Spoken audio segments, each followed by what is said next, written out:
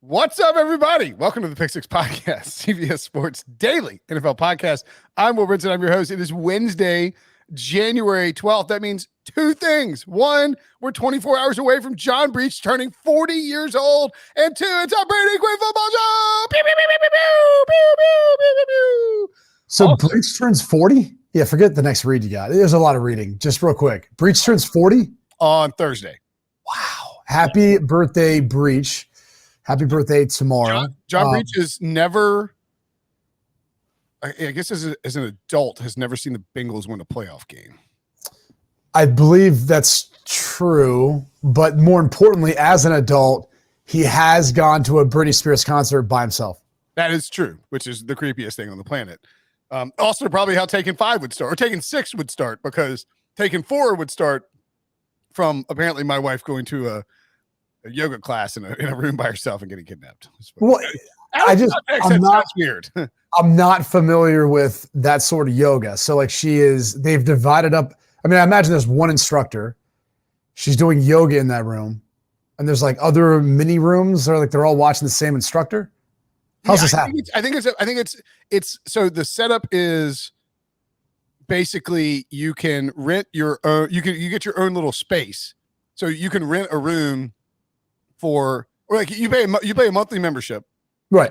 And that allows you to, depending on the plan you use, I guess you get up to like unlimited or up to 10 or whatever, whatever it is, and you can reserve a room for a certain time period, and you go in there and do the yoga. It's hot yoga too, so I don't know if that matters. No, of course it's got to be hot. I mean, why would you do yoga cold or like even at like room temperature? It's like.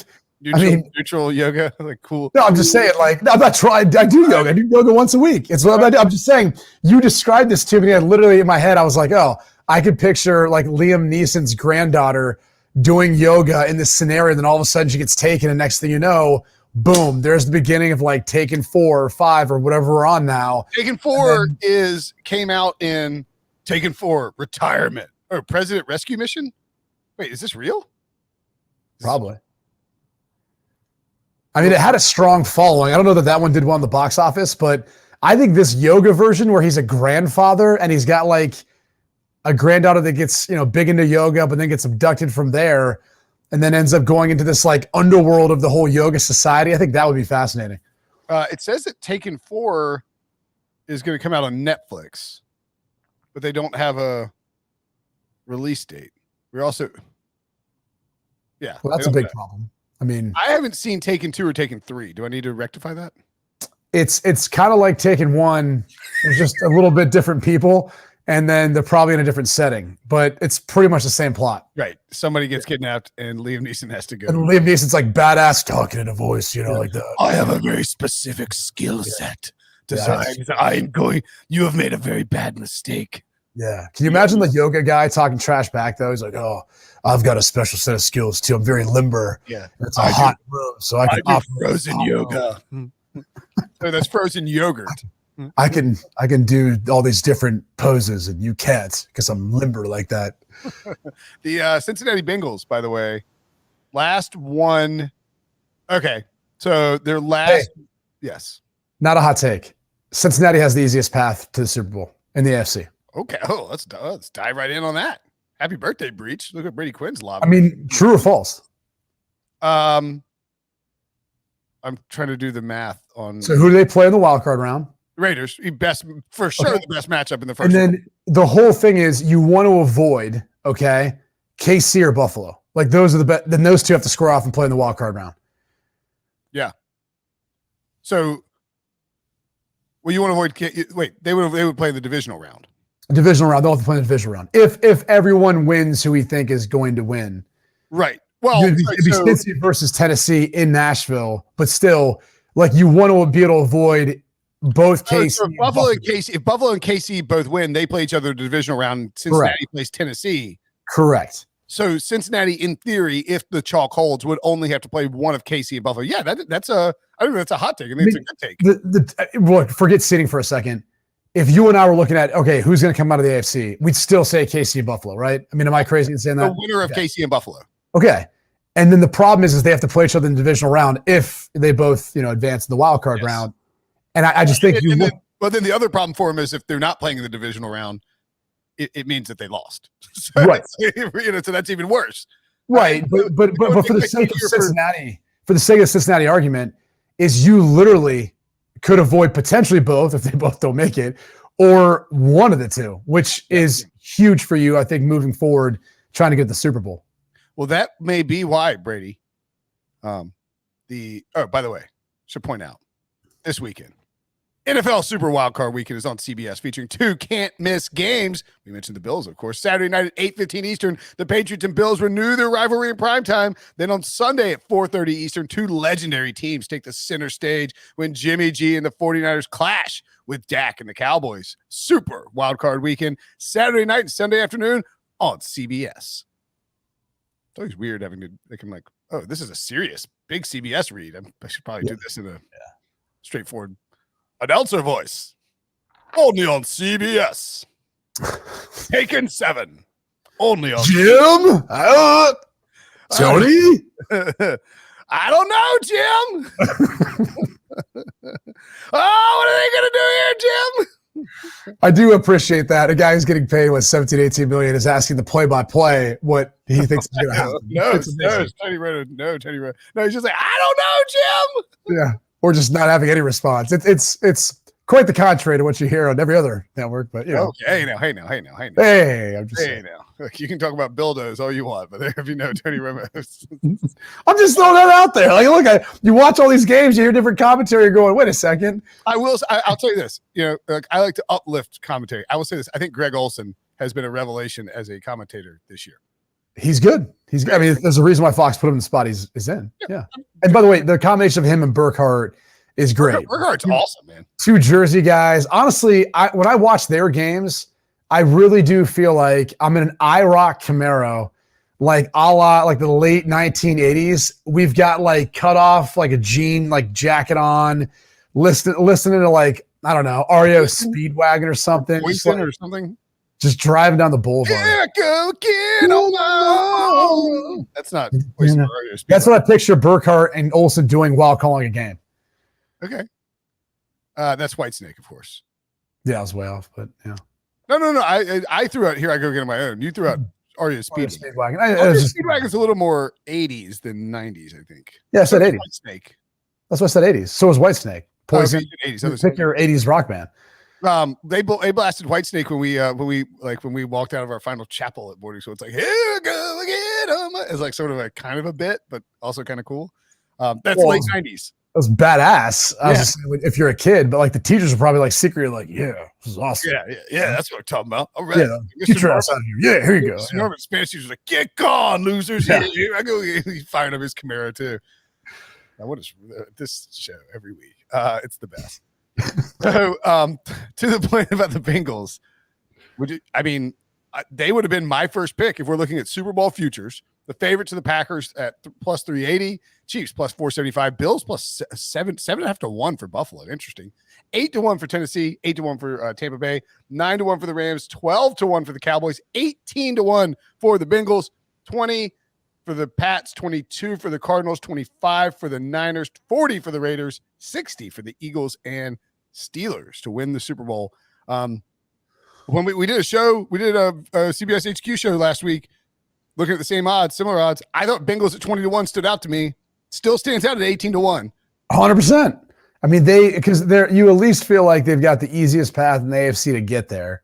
So whether or not you want to make, lay down the 18 to 1 odds for them to win it, or even 8.5 to 1 to win the AFC. I mean, again, I think those are favorable odds given the position they're in. Sometimes too, you get those teams that they haven't been there before, but that's okay.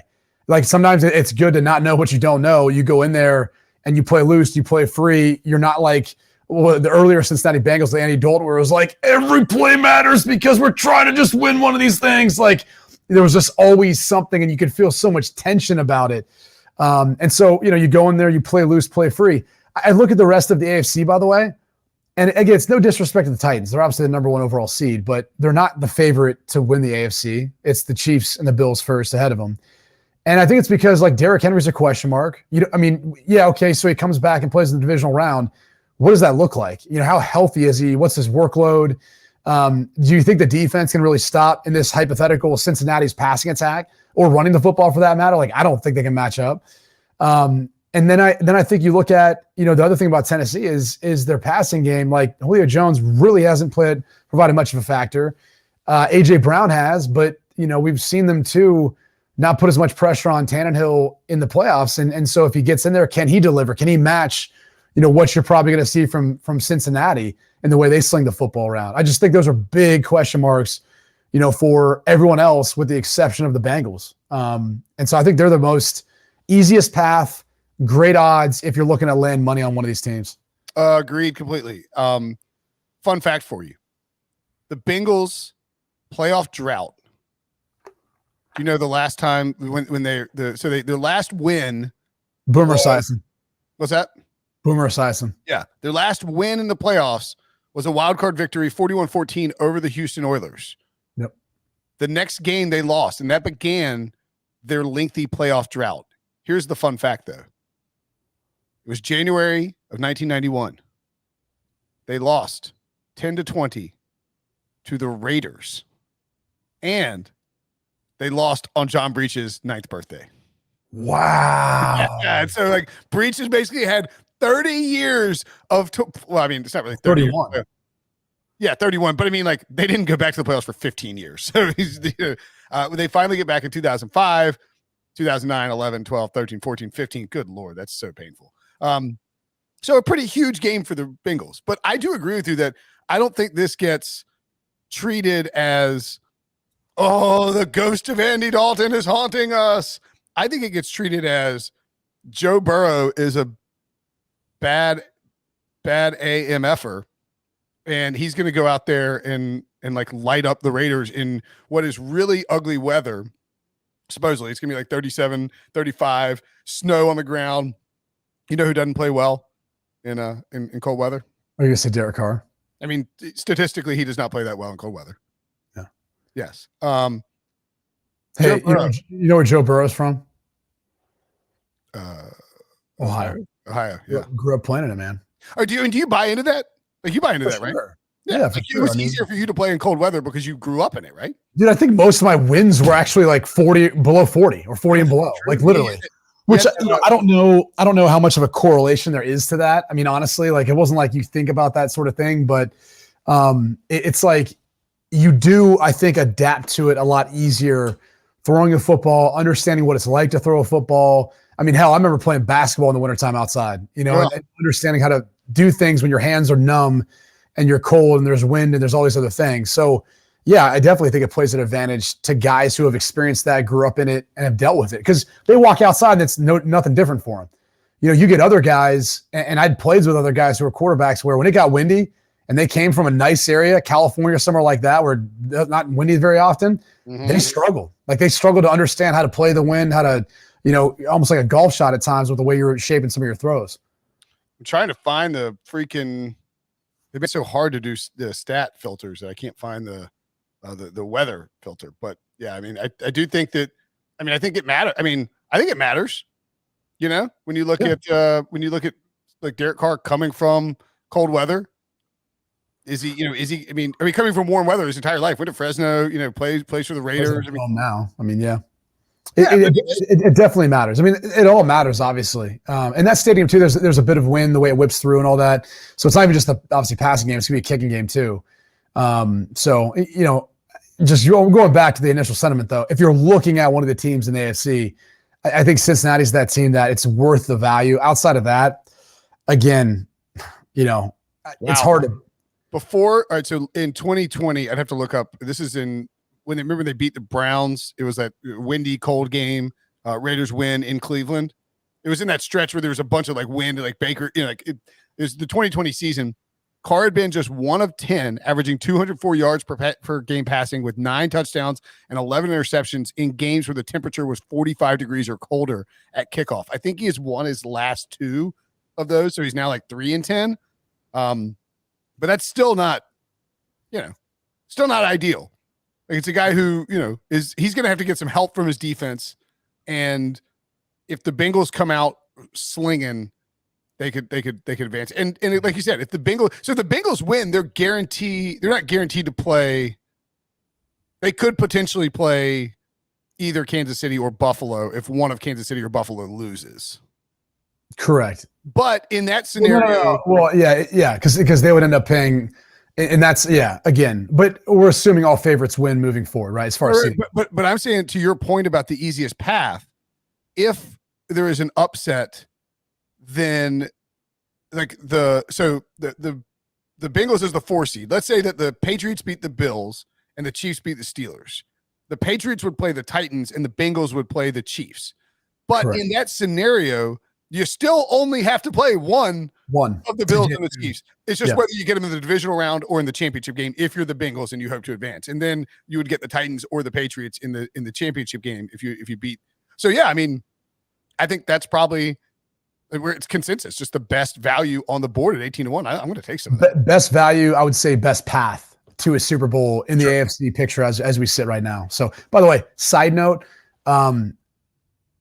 the Raiders getting in, and we can talk about whatever the game you want as far as the timeout that Stanley called. And I don't know. I don't really know that like played as much of a factor as making a big deal about. But the point is this. I think it's interesting because Rich Bisaccia has done such a good job that now he's being like looked at as like, oh, hey, maybe we should give him the head coaching title. I always feel like it's so interesting because sometimes that happens with backup quarterbacks. Like they go in for an injured starter. Yeah. And then it creates this whole like, oh, maybe this guy should be the guy. And then you kind of go through this like state of limbo for a year or two, a la the Philadelphia Eagles with the Wentz-Foles thing. And then like no one wins.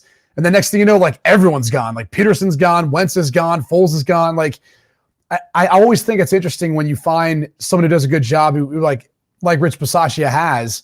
It's been solid for the Raiders. But if they don't do a coaching search and they don't try to figure this thing out, if there's not a best candidate out there possible, you're kind of doing your team an injustice, right? Like it's so different than John Gruden kind of said pretty much offseason even that he's been with Derek Carr. When he was their head coach, like, and Mike Mayock talked about it, like they would try to upgrade at every position possible on their roster, regardless of how much that may stink to hear. Like that's what you're trying to do if you're trying to win a Super Bowl. So I just think it's going to be interesting to see if the Raiders were able to roll this thing into like a run or win in the wild card round, beat the Bengals and all that. There's going to be more of a push for it. Oh, yeah. And I'm not trying to take anything away from what he's done. I just worry about then you get into the future, like a year from now, they're a bad football team. And you're like, oh, what were we thinking a year ago? You know? I think the problem is you can get captured by the emotion of this. Well, you're an emotional guy. Mark Davis is an emotional guy, right? Oh, I mean, yeah, just crying as he's dipping his PF Chang's into, and nibbling on his dumplings with his white jumpsuit. It's getting all misty.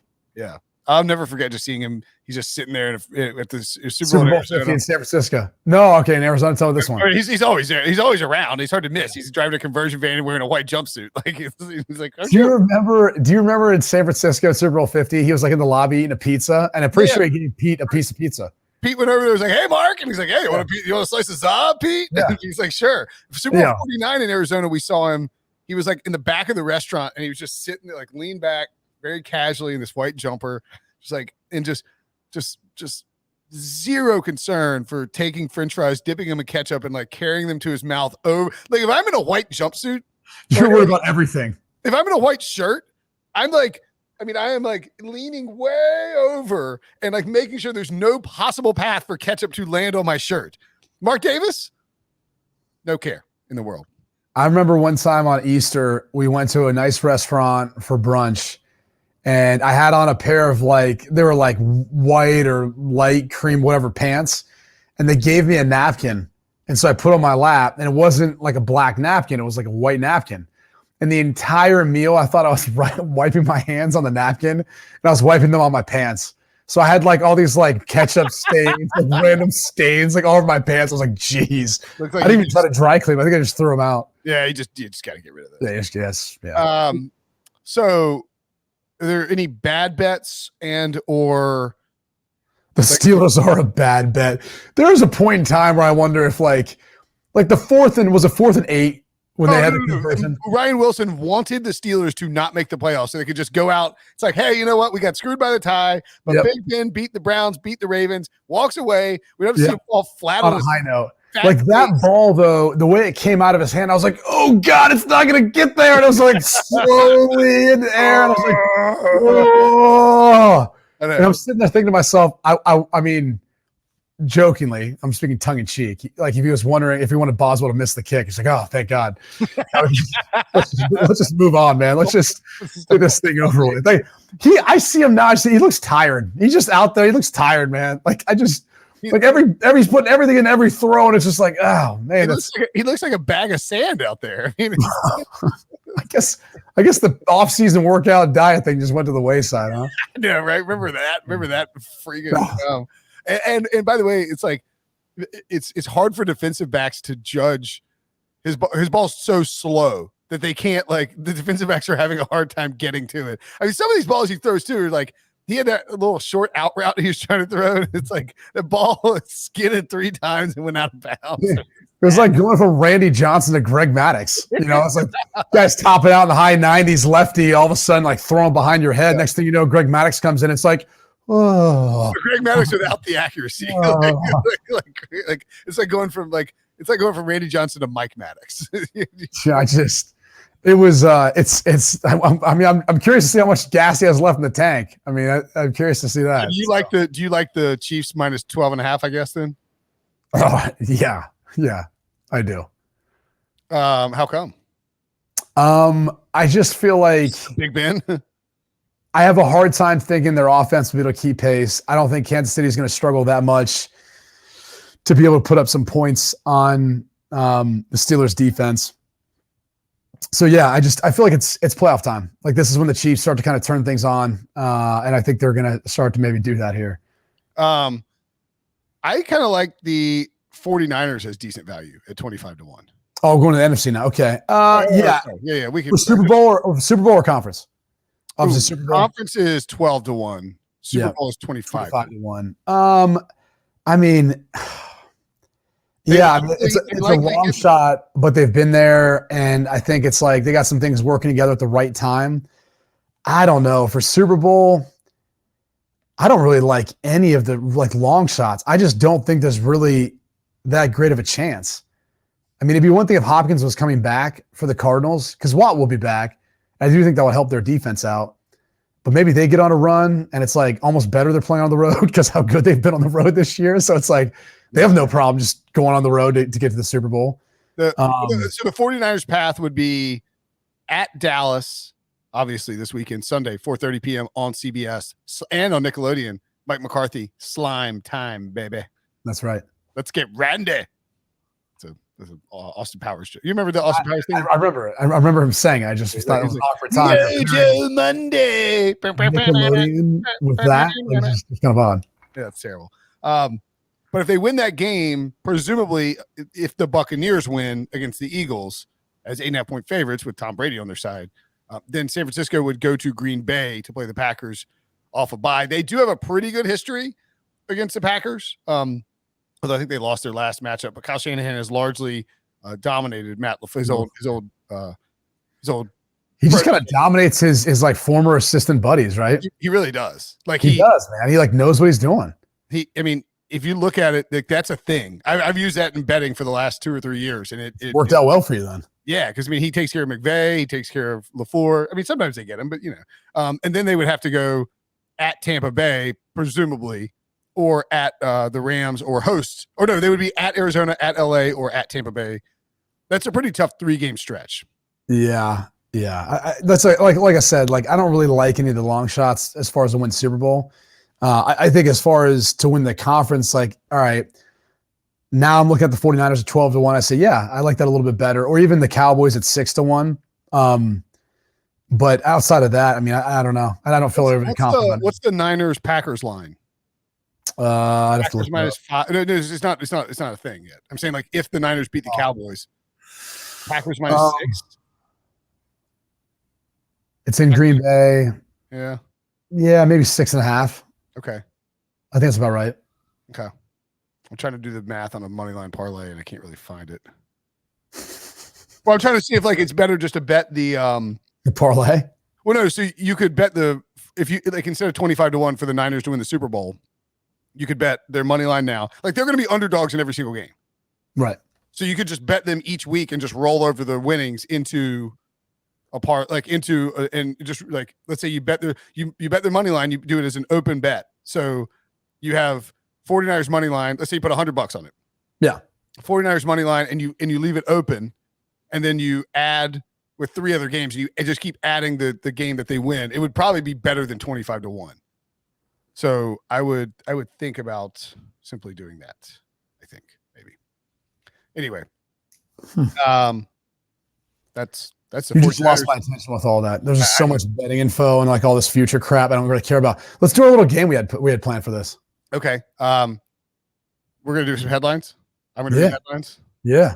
Okay. I don't really. It's called read in between the lines. Will. Okay. Do you have the headlines? Yeah. Okay. So I don't have the headlines. I don't have to have. I got them. Okay. I got them. I'll read them too. We can talk about reading between the lines. Okay. Well, let's take a break, and then when we come back, we'll play a brand new Brady Quinn football show game called Reading Between the Lines. Next. All right. So Brady, I think it was this morning. You sent an email, said, "Let's do this game," and I was like, "Okay." I like games. I love games. Do you have enough headlines to yes. make the game work? Okay, cool. All right. Okay, cool. All right, here we go. The Broncos request an interview with the Packers QB coach, Luke Getsy. Read between the lines. What does this mean? That actually happened. I was furiously running through the IUPI or UPI or whatever it is. IUP, yeah. I think it's, the roster. University of Pennsylvania. From 2010, trying to figure out who this interview was because I had missed it. Yeah, that was a typo. Sorry about that. Oh, so it wasn't 2010. No, it was, but he was a play caller, not a player. Gotcha. Yeah. Okay. Are they interviewing him for their head coaching position? Yeah. Come on, Will. Read in between the lines. What are the Broncos saying? They're saying, I see. They're saying, are you there? I'm there. He's there. Have they interviewed Nathaniel Hackett as well? He was also one of their interviews. He's put it together now. All right, between the lines. What are they really saying? The Broncos are gathering information. They don't want to hire these guys unless. Oh, no. Okay, they would be willing to hire these guys if Aaron Rodgers came along with them. Ding, ding, ding, ding, ding, ding. And also, I do think there's a thought that whether it would be Nathaniel Hackett or Luke Getsy, who was the quarterback coach there in Green Bay, the last time he called plays was at IUP, I believe in 2010, 2011, somewhere in there. So about a decade ago, which is why it makes you go, wait a second, he's interviewing for a head coaching job. Like, what's going on here? He's been a quarterback coach with the Packers now since 2020. He's been there a couple of years. So like, what's happening here? What's up with that? What's up with that? I love what's up with that. There's no better character, by the way, than Jason Sudeikis in the jumpsuit when he's just running. Like, what's up with that? So it's kind of like, what's up with that? It's probably a top 5 post, like Will Ferrell. Like SNL skit? The top 5 post, like bad SNL skit. Yeah. Like once SNL went rotten, what's up with that is one of the few good highlights. Anyway, yeah, I mean, it would be weird to hire Luke Getsy as your next head coach. I mean, how many people would be like, who? And then you go, yeah, but Aaron Rodgers is coming. Oh, okay. Now we get it. And because here's the other thing is, I think it alleviates any concerns you would have about him calling plays if it's like a collaborative approach where Aaron can be out there, diagnose, call plays, very similar to who was the other Hall of Famer guy that John Elway brought in? That was a free agent. Peyton Manning. Oh, that Peyton Manning guy. Yeah. Very similar, where when he walked in to Mike McCoy, who was the OC at the time, and John Fox was the head coach, where everyone else was like, hey, we want you to run the system or we'll work with you on learning us. He's like, no. John Fox said to Peyton, like, I just want to drink Coors Light with you. He's like, here, do whatever you want. Like, run your offense. Everyone else will learn it. We'll adapt to you. And then by 2013, they were setting records. So I think you could see if Aaron wanted to leave Green Bay, if he wanted to go somewhere else, with that roster, everything else, that's what's up with that. Or maybe it's reading in between the lines. That's what it's about. And by the way, I even think if they didn't hire Getsy or Hackett as a head coach, there's a potential chance that if it was like Dan Quinn, for example, who's interviewing as well, that's your OC, and you're trying to bring Aaron Rodgers along with you, right? Yeah, and the Packers could, in theory, block Nathaniel Hackett if they wanted to block him from Or a going lateral move, but that's where Getsy comes in, where he can call plays. And so you interview these guys, and I guess it's a little tricky because you don't want to interview them and you want to interview them and find out what's up with Aaron, like what's up with that, What's up with that?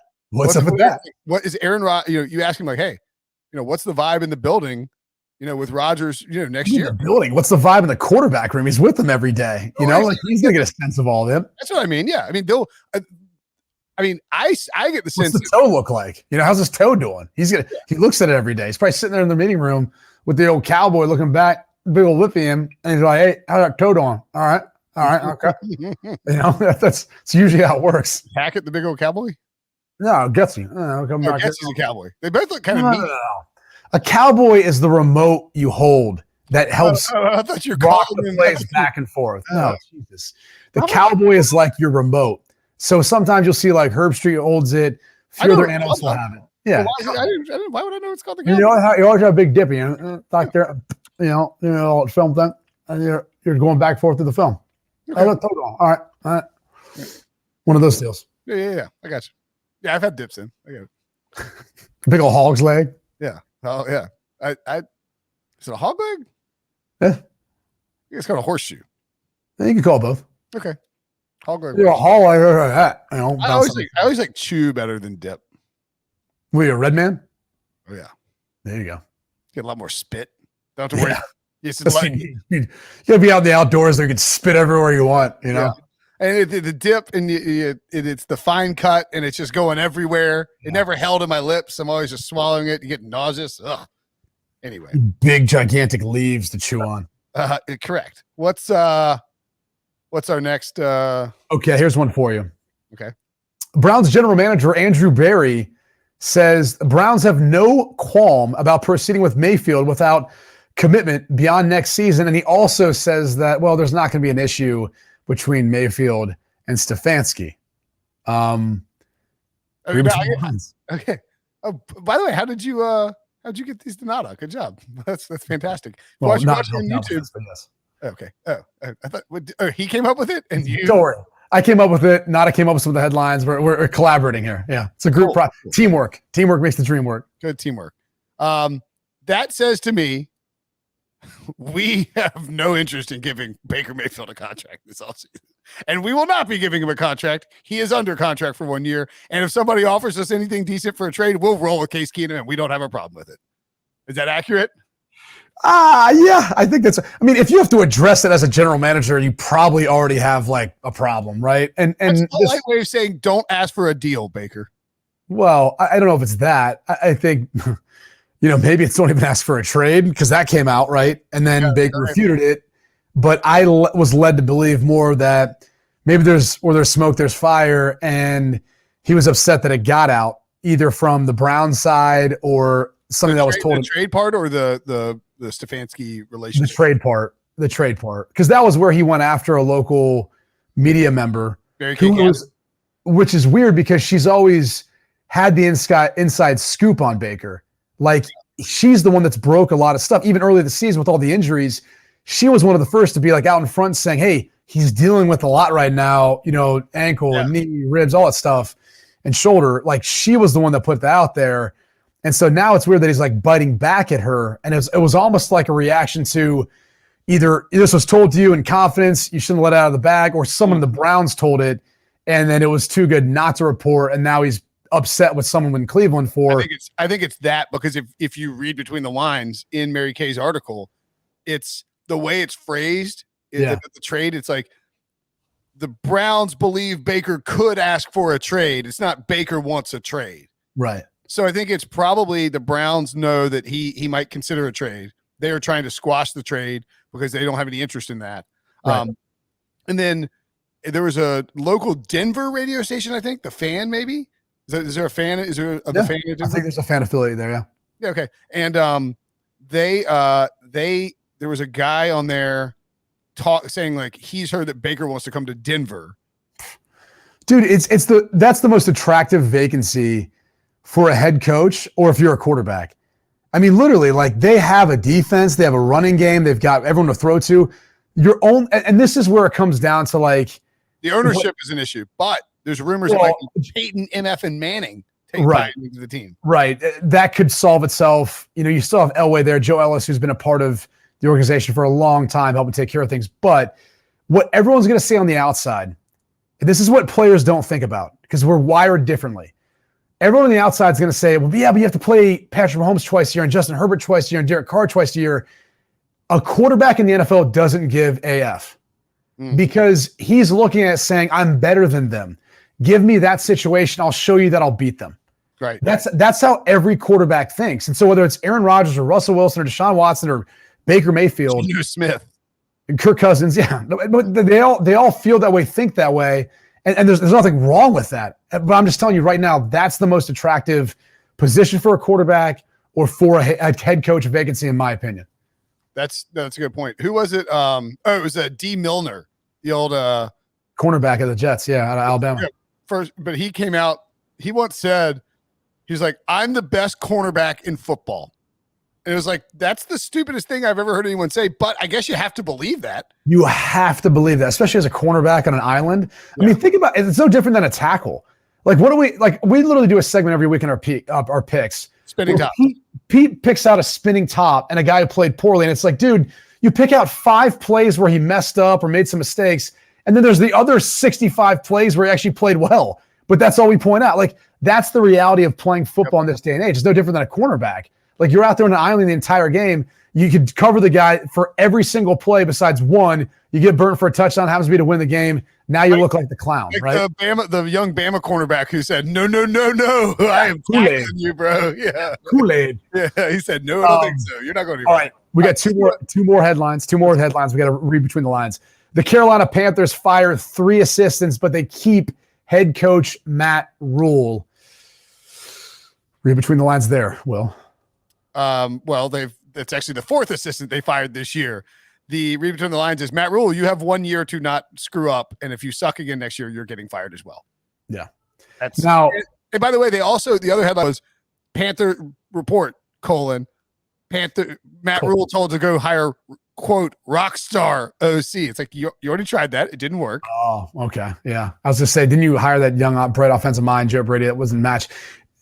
So here's to your point, what you're saying that is very true, is the offensive line coach that they moved on from. Clearly, that's to me like the biggest focus outside of getting a quarterback. Yep. Is whoever's back, you got to be able to protect them, and even help the running game with Christian McCaffrey if he's back and if he's back healthy and all that. Which there's some speculation they could move on from him after this year if they can find a trade partner. But the D-line coach, he brought him, if I'm not mistaken, from Baylor. I believe so, yes. And that's one where when you start moving on from guys who you brought with you 2 years ago, yeah, it's like that's tough, man. I mean, this is a people person business. You've got those relationships. You have people who stepped out on a limb, moved their families oftentimes to relocate and go there. When you start having to say goodbye to those guys, that's where it's ugly and it's a sinking ship. And it's just a matter of probably when, not if, whether it's next year or even if they can stay afloat for another year. That's the hard thing about this. So that's kind of where I read between the lines. And it's tough again because you got another college coach who, I think he's got the defense fixed. I think you got to fix some things on offense, and they could be competitive and surprise people, but they're just not there yet. Yeah, he was with Rhule at Baylor for both years. Joined him, he came over from he was the defensive line coach at Rice. Frank Oakham jumped to Baylor for 2 years and has been with Rhule at the Panthers for the last 2 years. So yeah, I mean, I get the sense, and I don't know if you saw the Matt Rhule press conference where he was asked about Sam Darnold's 5th-year option and why they guaranteed it so quickly. He gave this terrible answer, was clearly flustered, and made this weird face. I think that David Tepper and Matt Rhule's relationship is starting to fray. I think the Panthers have a David Tepper problem, and he can't handle losing, and he's not patient enough to let this, whatever he thought was going to come to fruition, and it's probably going to end up blowing up. I think it's so interesting because it takes more time in sports to turn things around than people realize. Yes. And I think in the business world, that's probably true to some degree in certain industries, but not all of them. But where he comes from, is he a fintech background? Is that kind of his deal? I don't know what that is. What's fintech? Of like financial tech. Yeah. Yes. Well, So- he liked to buy distressed assets and then flip them very quickly. Yeah. Which again, I think about it. Like if you're buying something you could find value in and then flip it, then make it profitable quick. It doesn't work like that with the NFL franchise. Like it takes a while to build it back up. Yeah. Right. Okay. Last one. Okay. Last one. All right. And I don't even know if we have the necessary headline. Here we go. The New York Giants, they're going to let the new general manager decide the fate of head coach Joe Judge. I mean, read between the lines on this one, Will. What happened here, by the way, Dave Gettleman retired. Yeah. They were like, hey, we respect you. No, he's like, we're going to fire you. Do you want to retire instead? And Dave Gettleman's like, yeah, screw it. I don't want to be fired for the second time as a GM. The Giants owner's statement said that they planned on they want the new GM, and they're not going to go with Kevin Abrams, who's the in-house guy. They're going to go out of house. One of the guys they requested an interview for, former NC State safety and former Cardinals safety, Adrian Wilson. Yeah. VP of pro personnel with the Cardinals currently. Meteoric rise up the ranks. He's done a great job, by the way. Yeah, he's by the way, he was a jack dude, and he was a fierce defender. Like that was a dude. If you're a scrum as a quarterback, you're like, just get down. One of my favorite players of all time.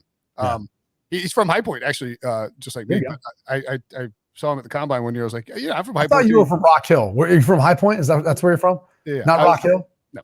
Rock Hill, South Carolina. Yeah, I know it's South Carolina. I thought you were from Rock Hill for some reason. Yeah, that's Javen Clowney and a bunch of other people. I thought you had some street cred there. I guess not. I got no street cred in Rock Hill. But I said, hey, Adrian, like I'm from High Point too. And he looks at me, he goes, we're not from the same High Point, bro. And I was like, that's fair. That is fair. We probably you probably get that a lot, don't you? Yeah. I was like, yeah, you come in with your little Friday hat on, all this stuff. You got your nice manicured beard, little smile. Hey, how you doing? I'm Will Brinson.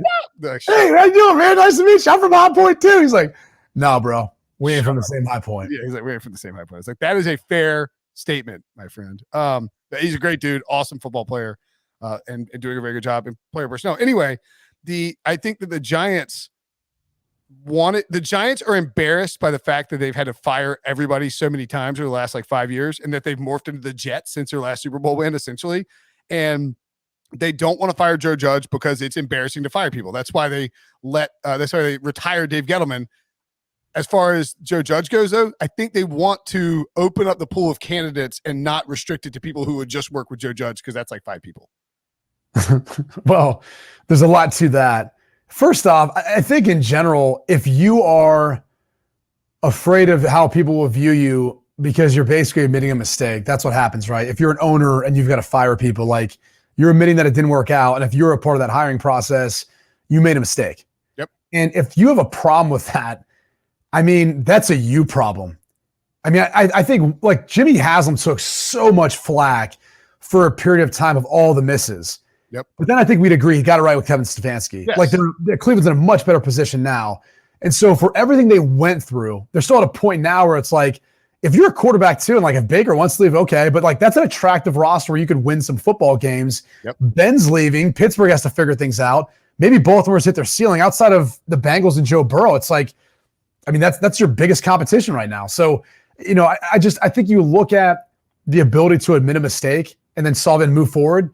It's a huge step. I just don't understand. Don't throw good money after bad. Right. But if you're an NFL owner and you made the decision on the head coach, and what I think and what I should say what I know is that they really want Joe Judge to work. They do like Joe Judge. They do like everything he brings. And there's like a Belichick obviously angled from it, but it's also like a Coughlin feel with how he coaches things. And I think they like that because they've seen that work. Yep. It's just, I don't know that works this day and age in the NFL anymore. And I think if you're putting a general manager in a position, honestly, probably like they did with Ernie Accorsi, which I think that's how they see this playing out. Like, let's give a guy like Ernie Accorsi, whoever that next guy is, all the power and the ability to decide what he wants to do. Yep. And that's what gives us the best chance to be successful. And that's where I look at it and just go, you know, okay, but so what are you basically just letting his feet wet for the next year? Yeah. And you're letting Joe Judge be a lame duck head coach, and you're letting your roster basically just, I mean, crumble kind of in the meantime? Yeah. And like, what are you selling the fan base for the next year? And it's also competing agendas with the coach and the GM. For sure. And Joe Judge will just be remembered for quarterback sneak. Speaking of quarterback sneaking, you got to sneak out of here because you have stuff to do. You could name a podcast QB sneak. That'd be kind of cool. I don't think I'd do it on 3rd and 9 on our own 4. I think I'd just go. I just turn back around, hand off the football, and run a run play. I mean, are we really that scared about running the football? We have to do a quarterback sneak. It was really bad. All right, Brady Quinn. Always a pleasure talking to you, buddy. We'll see you next week. Yep. Be well. Bye. What's up with